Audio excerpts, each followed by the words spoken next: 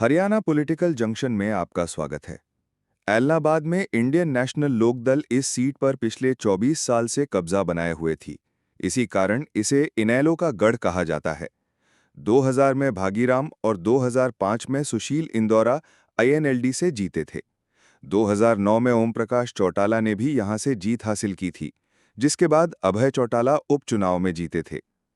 एलनाबाद विधानसभा क्षेत्र को Indian national Lokdal का इकलौता अंतिम गढ़ माना जाता था। अभय चौटाला इस सीट से लगातार 4 बार विधायक बने। उन्होंने 2010 के उपचुनाव, 2014 और 2019 के चुनावों में जीत दर्ज की। 2021 में किसान आंदोलन के समर्थन में इस्तीफा देने के बाद हुए उपचुनाव में भी उन्होंने फिर से जीत हासिल की थी। 2024 के विधानसभा चुनाव में कांग्रेस के भरत सिंह बेनीवाल ने इनेलो के गढ़ को धराशायी कर दिया। एलनाबाद में 1967 के पहले चुनाव में कांग्रेस की टिकट पर देवीलाल के बेटे प्रताप सिंह चौटाला ने निर्दलीय लालचंद खोड़ को 2647 वोट से हराया था। लालचंद खोड़ ने 1968 में ओम प्रकाश चौटाला को हराकर 5331 मतों से जीत दर्ज की थी, जिसे बाद में कोर्ट में चुनौती दी गई थी। 1970 में विशाल हरियाणा पार्टी से जीते लालचंद खोड़ का चुनाव न्यायालय में खारिज हुआ। उन पर यह आरोप था कि उन्होंने चुनाव में पैसे बांटे हैं। 1970 में यहां पहला उपचुनाव हुआ था।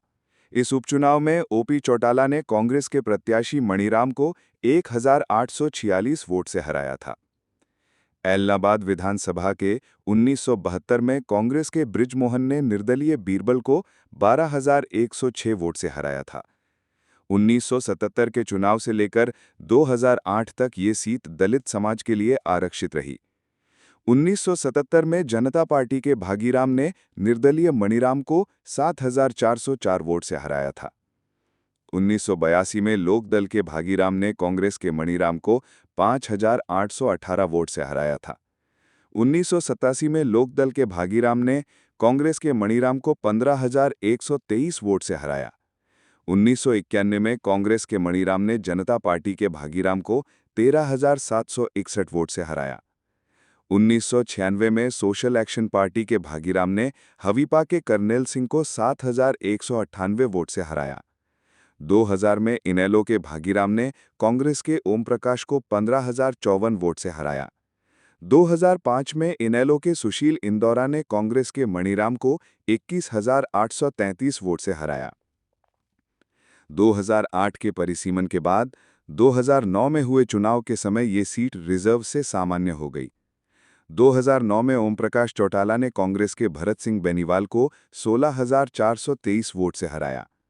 2010 के उपचुनाव में अभय चौटाला ने कांग्रेस के भरत सिंह बेनीवाल को 6277 वोट से हराया था। 2014 में अभय चौटाला ने भाजपा के पवन बेनीवाल को 11539 वोट से हराया। 2019 में अभय चौटाला ने भाजपा के पवन बेनीवाल को 11922 वोट से हराया था। 2021 के उपचुनाव में इनेलो के अभय चौटाला ने भाजपा के गोविंद कांडा को 6739 वोट से हराया था। अभय चौटाला को 2010 के उपचुनाव में 50.8% वोट मिला।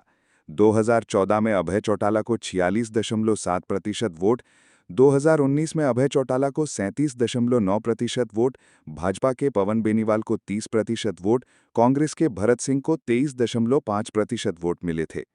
पहली बार इनेलो का वोट बैंक 40% से भी कम हो गया था।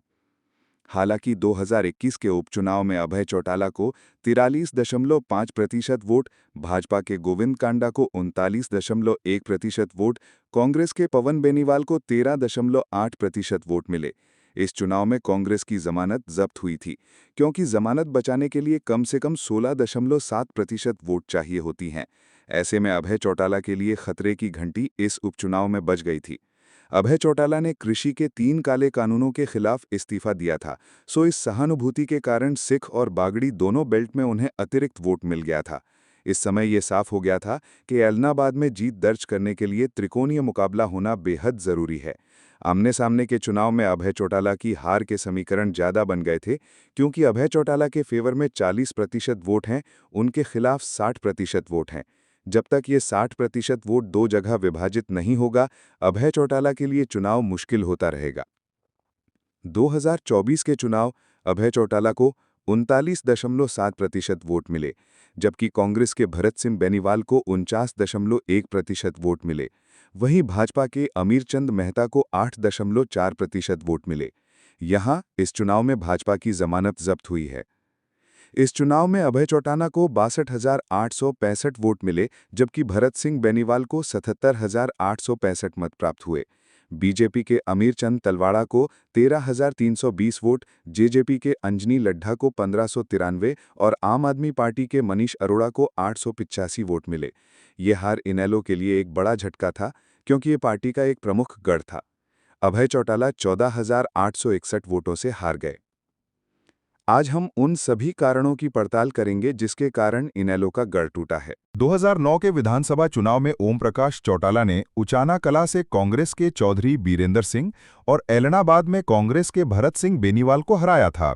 दोनों जगह से जीत मिलने के बाद ओपी चौटाला ने एलनाबाद से इस्तीफा दे दिया था। वहां उपचुनाव के लिए अभय चौटाला अपनी पत्नी कांता चौटाला को चुनाव लड़वाना चाहते थे, क्योंकि एलनाबाद में बेनीवाल गोत्र के जाट बहुल संख्या में हैं और कांता का गोत्र बेनीवाल है। अभय चौटाला खुद राज्यसभा में जाने के इच्छुक थे, परंतु एलनाबाद विधानसभा के कार्यकर्ताओं ने ओपी चौटाला को ये कहा कि आप यहां से अभय चौटाला को चुनाव लड़वाइए। कार्यकर्ताओं की मांग पर अभय चौटाला इस 2010 में हुए उपचुनाव में बड़ी मुश्किल से 6,277 वोट से जीत पाए थे, क्योंकि प्रदेश में कांग्रेस की सरकार थी और भूपेंद्र हुड्डा सीएम थे। सरकार ने पूरा जोर इस चुनाव में लगा दिया था। एलनाबाद विधानसभा को 3 हिस्सों में विभाजित करके बेहतर ढंग से समझा जा सकता है। पहला है सिख बेल्ट, दूसरा है बेनीवाल बहुल बागड़ी बेल्ट और तीसरा है एलनाबाद शहर। सिख बेल्ट अभय के विरोध में रहती है, एलनाबाद शहर में दोनों बराबर रहते हैं और बागड़ी बेल्ट में जाकर अभय चौटाला जीत जाते थे। 2021 के उपचुनाव में अभय चौटाला को सिख बेल्ट में भी वोट मिल गई थी, क्योंकि इन्होंने कृषि के 3 काले कानूनों के खिलाफ इस्तीफा दिया था। दूसरा भाजपा से गोपाल कांडा से टक्कर थी, जिसके कारण बेनीवाल बेल्ट में भी ज्यादा वोट मिल गए थे। आदमपुर और एलनाबाद उपचुनाव के बाद हरियाणा में दोनों जगह भव्य बिश्नोई एवं अभय चौटाला की हार की संभावनाओं को लेकर चर्चा छिड़ गई थी। दोनों ने ही अपनी हार के समीकरणों को गंभीरता से नहीं लिया। इसी कारण दोनों ही चुनाव हार गए। 2014 एवं 2019 के विधानसभा चुनाव में अभय चौटाला को भाजपा के पवन बेनीवाल ने कड़ी टक्कर दी थी और पवन बेनीवाल पर नशा बेचने एवं अन्य कई तरह के आरोप खुद अभय चौटाला लगाते थे। परंतु 2024 के चुनाव में अभय चौटाला ने पवन बेनीवाल को अपनी पार्टी ज्वाइन करवा दी। दूसरी तरफ भाजपा गठबंधन में शामिल कांडा बंधुओं से गठबंधन करके भाजपा के साथ होने का गलत संदेश दिया। इसके अलावा अभय चौटाला के सारे सलाहकार एवं चुनाव मैनेजमेंट करने वाले पंजाब एवं राजस्थान के थे, जिन्होंने अभय चौटाला को गलत फीडबैक दिया। जमीनी कार्यकर्ताओं ने बार बार कहा कि चुनाव फंसा हुआ है, फिर भी उन कर्मठ कार्यकर्ताओं को चुप करवा दिया गया। दूसरे हर गांव में अभय चौटाला ने ऐसे लोगों को आगे बढ़ाया जिनसे पूरा गांव कफा था। उन तथाकथित चौधरियों के खिलाफ गांव ने वोट की, जिसकी सजा अभय सिंह चौटाला को चुकानी पड़ी। ये पूरा चुनाव भरत सिंह बेनीवाल बनाम अभय सिंह चौटाला हो गया। सिख बेल्ट पहले ही खिलाफ थी, दूसरा भाजपा को नापसंद करने वाले भी अभय के खिलाफ हो गए। तीसरा बागड़ी बेल्ट में जाकर बेनीवालों की तरफ से भरत सिंह को समर्थन मिल गया और भाजपा से टिकट के दावेदार मीनू बेनीवाल ने भी खुलकर कांग्रेस प्रत्याशी की मदद की। गोपाल कांडा के साथ गठबंधन करना अभय सिंह चौटाला की सबसे बड़ी भूल थी। उनकी हार में सबसे बड़ा कारण गोपाल कांडा को कहा जा सकता है। वैसे भी सिरसा में कांडा बंधुओं का जनाधार न के बराबर है, बल्कि वो तो वोट धन के बल पर ही लेते हैं। एक तरफ प्रदेश में कांग्रेस की सरकार बनती हुई दिख रही थी, तो वोटरों का रुझान कांग्रेस की तरफ भी कुछ ज्यादा ही था। वहीं भाजपा, कांग्रेस और जेजेपी तीनों ने मिलकर अभय चौटाला के खिलाफ वोट डलवाकर हराने का काम किया। इस राजनीतिक षड्यंत्र को समझने में अभय चौटाला पूरी तरह नाकाम रहे। एलनाबाद से अभय चौटाला की हार से हरियाणा के उस वर्ग को खास रूप से ठेस पहुंची थी जो अभय सिंह चौटाला की बेबाकी को पसंद करते हैं। खासकर विधानसभा में उनके बोलने के तेवरों को सबसे ज्यादा पसंद किया जाता है और सोशल मीडिया पर भी अभय चौटाला को काफी लाइक किया जाता है। हरियाणा का एक बड़ा वर्ग भले ही राजनीतिक तौर पर इनेलो को पसंद नहीं करता, परंतु एक नेता के तौर पर अभय चौटाला को पसंद करने वाले काफी लोग हैं। उन सभी को अभय चौटाला की हार से धक्का लगा था। असल में भाजपा से मीनू बेनीवाल चुनाव में होते तो त्रिकोणीय मुकाबले में अभय चौटाला की जीत आसान होती। भविष्य में भाजपा यहां से इस रणनीति पर काम कर रही है कि कांग्रेस से भरत सिंह बेनीवाल की टिकट कट जाए और किसी पंजाबी को कांग्रेस से टिकट दिलवा दी जाए। वहीं भाजपा से मीनू बेनीवाल को टिकट देकर सिरसा जिले में पहली जीत से खाता खोल सके। गौरतलब है कि सिरसा जिले में भाजपा अब तक अपना खाता नहीं खोल पाई है। ऐसे में अगले चुनाव में अभय चौटाला बनाम मीनू बेनीवाल के बीच चुनाव हुआ तो फिर से अभय चौटाला की मुश्किलें बढ़ सकती हैं। ऐसे में वो अगले चुनाव के लिए क्या रणनीति बनाते हैं, ये देखना दिलचस्प होगा। ऐसी ही राजनीति से जुड़ी खबरें देखने के लिए हमारे चैनल को सब्सक्राइब जरूर करें।